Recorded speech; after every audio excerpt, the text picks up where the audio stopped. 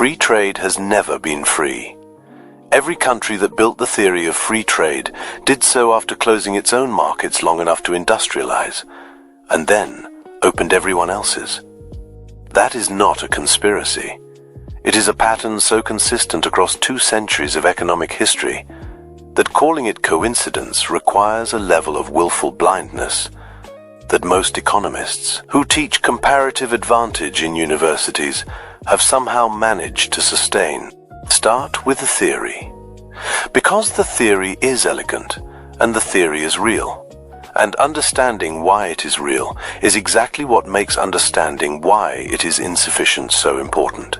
David Ricardo, in 1817, showed something genuinely beautiful. 2 countries, even if one is better at producing everything than the other, can both benefit from trade if each specializes in what it produces most efficiently relative to its other options.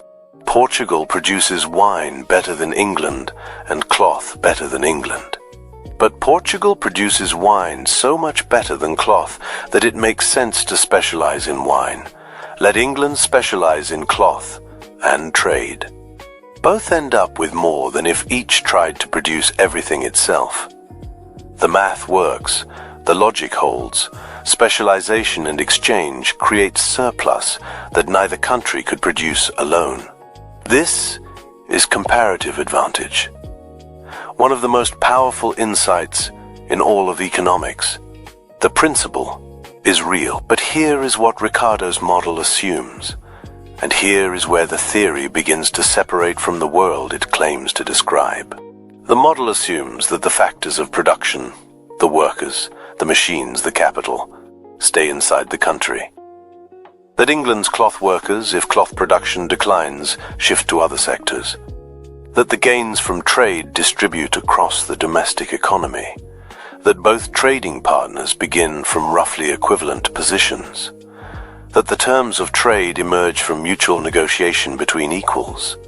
None of these assumptions hold in the actual world of actual trade between actual countries with actual histories of actual power. And the gap between the assumption and the reality is where most of the important things happen. Workers do not move seamlessly from declining industries to growing ones. The textile worker in a mill town whose job disappears when cheaper imports arrive does not become a software engineer. They become unemployed, or they take a lower-paid service job, or they leave the labor force entirely. The aggregate gain from trade is real. The distribution of that gain is not. Some people gain significantly. Some people lose everything. The model counts the gain. It does not count the person. Capital, unlike labor, moves freely, and this changes everything. The factory that was producing cloth in England can relocate to Portugal, to Bangladesh, to Vietnam, wherever labor is cheapest. The comparative advantage Ricardo described was about natural endowments. The comparative advantage of the modern global economy is largely about which population can be paid least for the same work, about which government offers the weakest environmental standards, the most suppressed unions, the most compliant workforce. This is not specialization in the sense Ricardo meant. It is arbitrage. The movement of production not toward natural efficiency, but toward the most extractable labor force. The economist Danny Roderick has spent his career documenting this with precision. Globalization in its current form is the mobility of capital against the immobility of labor. Capital moves to wherever conditions are most favorable. Workers are stuck where they are. The negotiation between mobile capital and immobile labor is not a negotiation between equals. It is a power relationship. And power relationships produce outcomes that reflect the power, not the theory. Now go back to the history. Because the history is the most revealing thing of all, and it is almost never taught in the same course that teaches comparative advantage. Britain industrialized behind protective tariffs.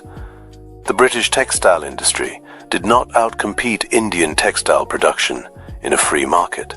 It outcompeted it behind high tariff walls that protected British manufacturers, while colonial administration dismantled Indian textile production through a combination of tariff policy and direct suppression.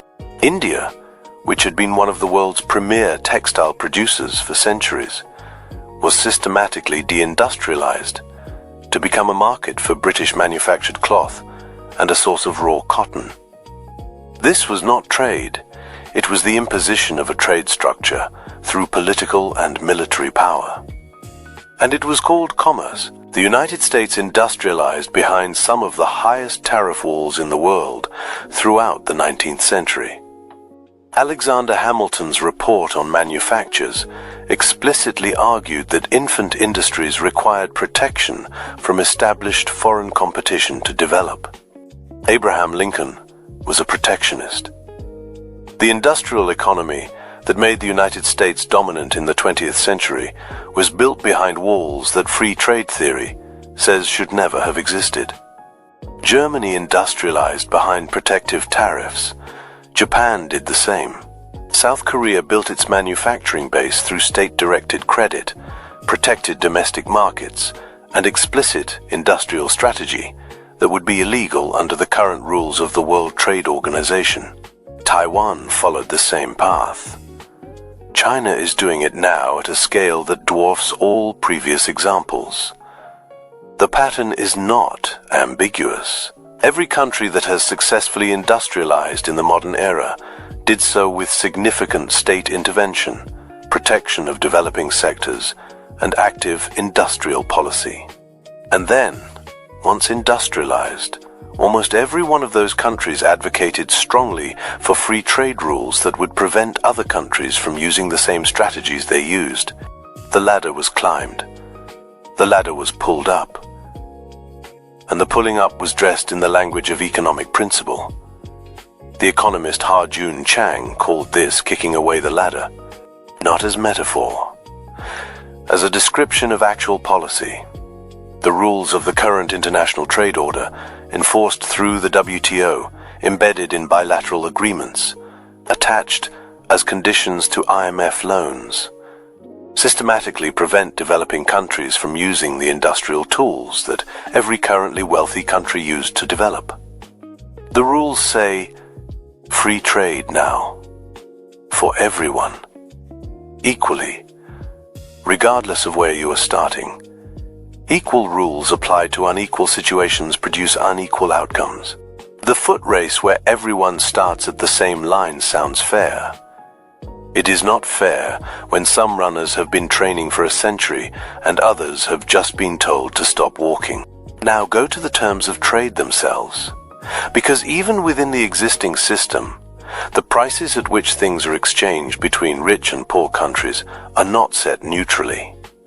Developing countries export primarily commodities, raw materials, agricultural products, things close to the earth and far from the final consumer. Wealthy countries export primarily manufactured goods and services, things far from the earth and close to the final consumer. The price of commodities relative to manufactured goods has, over the long arc of the 20th century, declined. A given quantity of copper, cocoa, or cotton buys less manufactured goods today than it did 50 years ago. The terms of trade have moved against raw material producers and toward finished goods producers. This reflects market power, not natural economics. The market for commodities is typically competitive, many producers, no single seller with pricing power. The market for certain manufactured goods and proprietary technology is typically concentrated, few producers, significant pricing power, intellectual property protections that create legal monopolies. The commodity producer sells into competition. The technology producer sells into protected market position. The trade between them is not between equals. And the intellectual property regime that protects that monopoly position, the patents, the copyrights, the trade secrets, is enforced through the same trade agreements that demand open markets from developing countries. Open your market to our goods. protect our intellectual property. Do not subsidize your industries. The agreement is not symmetrical. It was not designed to be. It was designed by those who already had the industries the agreement protects. Now bring this into the texture of your daily life. Because trade is not a distant policy debate. It is the tag on your shirt and the origin of your phone, and the country where the components of your car were assembled, and the reason the supermarket contains fruit from hemispheres that are not your own. Every object in your immediate environment is the outcome of a global production system organized by the logic we have been examining. The cheapness of what you buy is real. The cost of that cheapness is paid elsewhere, by workers in conditions you do not see, in countries whose development was shaped by trade rules they did not write, producing goods whose profits flow primarily to companies headquartered in wealthy countries. The consumer in the wealthy country benefits from cheap goods. The worker in the producing country earns wages that would be illegal in the country, consuming what they make. Without the labor protections that workers in wealthy countries won through generations of organized struggle, that the global production system now allows capital to escape by moving to wherever those protections do not yet exist. This is not a reason to stop buying things. It is a reason to see clearly what the system is doing when you buy them. The price on the tag does not include the full cost. The difference between the price and the full cost is paid by someone who is not in the room when you make the transaction. There is one final thing to see. Trade is not only the exchange of goods, it is the exchange of power.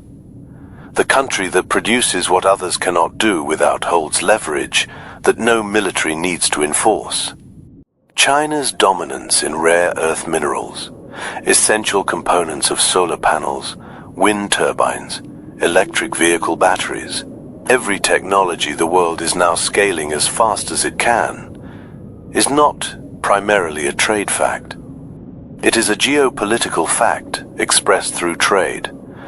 The United States' dominance through the dollar as global reserve currency is not primarily monetary. It is power that manifests in trade. The ability to sanction a country by cutting it off from dollar-denominated transactions is the ability to reach inside another economy without firing a single weapon. Trade and power are not separate systems with occasional overlap. They are the same system viewed from different angles. They always have been. So what is trade? At its foundation, voluntary exchange between specializing producers that creates value neither could create alone. The theory is real. The coordination that global trade enables, the scale, the efficiency, the access to goods and ideas across distance, it is genuinely extraordinary, and it is genuinely valuable. And it is also a system built by the powerful on terms that serve the powerful, enforced by rules written after the writers had already climbed the ladder, operating through price mechanisms that extract value from the weakest participants, and producing the cheapness that wealthy consumers enjoy through costs that are borne invisibly by people whose names and conditions remain entirely outside the transaction. Both are true, entirely, simultaneously. The question that stays open is not whether you should participate in the global economy. You have no meaningful choice about that. The question is simpler and more uncomfortable. The price you paid for the last thing you bought, do you actually know what it cost?